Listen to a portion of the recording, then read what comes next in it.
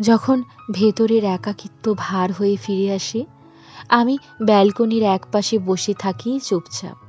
চায়ের কাপের ধোঁয়ায় উড়ে বেড়ায় অনেক ভাবনা। মনের ভিতর জমে থাকা কুয়াশা ধীরে ধীরে মুছে যায়। আকাশে ঘন মেঘ জমে, বাতাসে ঘোর অন্ধকার। মনে হয় বৃষ্টি হয়তো নেমে আসবে চোখের পথ বেয়ে। কখনো দূরে বিদ্যুতের রেখা কাঁপে। আমি ভাবি, এই আলো কি আমার দুঃখে সান্ত্বনা দেয়?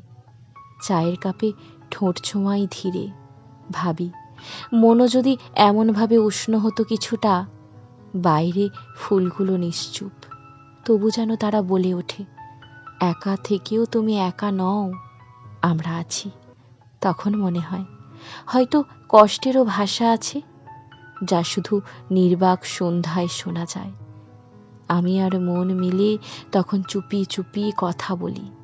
কেউ জানে না, তবু সেই কথাগুলো হাওয়ায় মিশে থাকে।